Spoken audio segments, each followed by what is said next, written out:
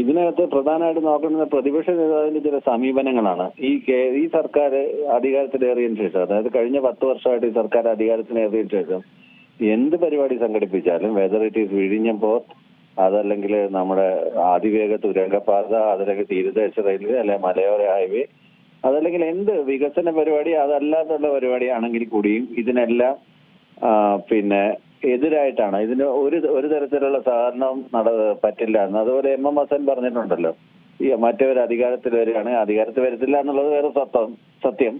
പക്ഷെ ഇവര് പറയുന്നതെന്ന് വെച്ച് കഴിഞ്ഞാൽ ഈ മിഷനുകളെല്ലാം പിരിച്ചുവിടും, ലൈഫ് മിഷൻ പിരിച്ചുവിടും, അത് പിരിച്ചുവിടും, ഇത് പിരിച്ചുവിടും എന്നൊക്കെയാണ്.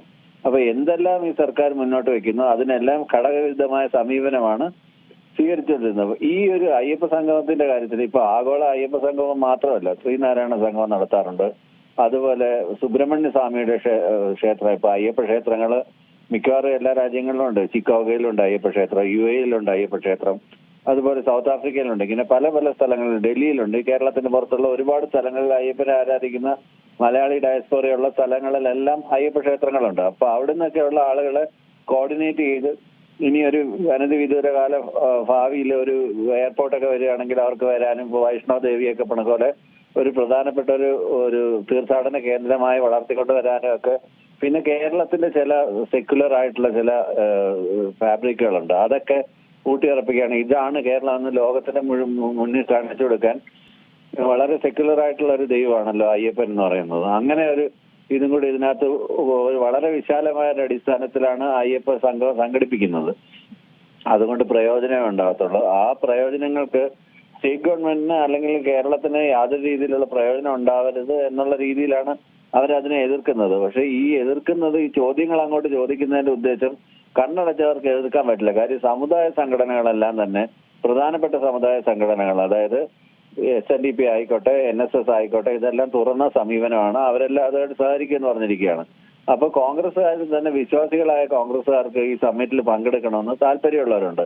അപ്പൊ അവരെ എല്ലാം എതിർത്തുകൊണ്ട് VD സതീശന് ഒരു അഭിപ്രായം പറയാൻ പറ്റില്ല. എന്നാൽ ഇതിനെ സപ്പോർട്ട് ചെയ്യുന്നെന്ന് പറയാനും അയാൾക്ക് പറ്റില്ല. അതുകൊണ്ട് വീണെടുത്ത് കിടന്ന് ഉരുളുകയാണ് ഇത്തരം ചോദ്യങ്ങൾ. അങ്ങനെയാണെങ്കിൽ ഇങ്ങനെയാണെങ്കിൽ എന്നൊക്കെയുള്ള ടേംസ് ആൻഡ് കണ്ടീഷൻസ് വെക്കുന്നത് തന്നെ ചെളിയിൽ വീണ്ടും വീണ്ടും കിടന്ന് ഉരുളുന്നതിന് തുല്യമാണ്. അല്ലാതെ ഇതിനെ തുറന്ന മനസ്സോടെ സപ്പോർട്ട് ചെയ്യുക എന്നുള്ളൊരു സമീപനമല്ല VD സതീശൻ സ്വീകരിച്ചിട്ടുള്ളത്. വളരെ, അതായത് AK ആന്റണി പണ്ട് അധികാരത്തിൽ നിന്ന് ഇറങ്ങുമ്പോൾ AK ആന്റണി പറഞ്ഞൊരു വാചകമുണ്ട്, ഞങ്ങള് കൺസ്ട്രക്റ്റീവ് ആൻഡ് ക്രിയേറ്റീവ് ആയിട്ടുള്ള ഒരു പ്രതിപക്ഷമായി തുടരുമെന്ന്. ആ സമയം നമ്മൾ കഴിഞ്ഞ 10 വർഷമായി കണ്ടുകൊണ്ടിരിക്കുന്ന most destructive and degenerative politics that they are using എന്ന് വേണമെങ്കിൽ നമുക്ക് പറയാൻ പറ്റും. അത് ഒട്ടും കൺസ്ട്രക്റ്റീവ് അല്ല, ഒട്ടും ക്രിയേറ്റീവ് അല്ലാത്ത ഒരു പ്രതിപക്ഷമാണ് കേരളത്തിൽ നിന്നുള്ളത്. വളരെ ദുഃഖകരമായൊരു വസ്തുതയാണ്.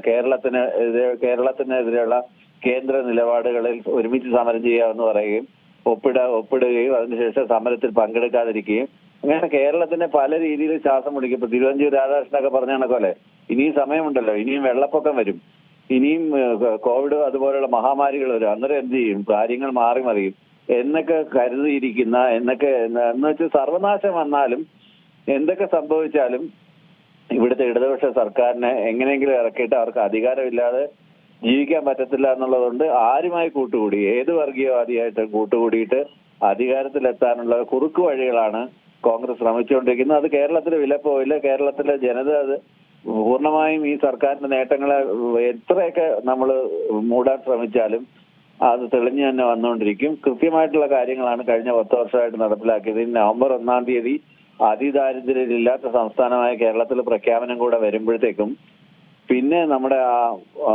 ഇവിടുത്തെ ഉരുൾപൊട്ടലിലുണ്ടായ ജനങ്ങൾക്ക് വീട് വെച്ച് കൊടുക്കുന്ന കാര്യമാണെങ്കിലും, എല്ലാ കാര്യങ്ങളിലും, പെൻഷൻ ഏർപ്പെടുത്തുന്ന കാര്യമാണെങ്കിലും, ക്ഷേമ പെൻഷനുകളുടെ കാര്യത്തിലാണെങ്കിലും, എല്ലാ കാര്യത്തിലും സർക്കാർ വളരെ ഏറ്റവും പാവപ്പെട്ടവരെയും അതുപോലെ തന്നെ മിഡിൽ ക്ലാസിനെയും അപ്പർ ക്ലാസിനെയും എല്ലാം ചേർത്ത് പിടിക്കുന്ന ഒരു സർക്കാരാണെന്ന് മനസ്സിലാക്കിയതുകൊണ്ട് ഇവർക്ക് ഒന്നും ചെയ്യാൻ മാർഗമില്ലാത്തതുകൊണ്ടാണ് നഖശികാന്ത് ഇതിനെ എതിർക്കുന്നത്. അത് ജനങ്ങളെ ഇത്തരം പൊയ്മുഖങ്ങളെ, ഇത്തരം മലക്കമർച്ചകളെ തിരിച്ചറിയുക തന്നെ ചെയ്യും എന്നാണ് എനിക്ക് ഈ വിഷയമായിട്ട് ബന്ധപ്പെട്ട് പറയാനുള്ളത്. ഏറ്റവും പുതിയ വാർത്തകളും വിശേഷങ്ങളും വിരൽ തുമ്പിലറിയാൻ Zee മലയാളം ന്യൂസ് എല്ലാ ഡിജിറ്റൽ പ്ലാറ്റ്ഫോമുകളിലും ലഭ്യം.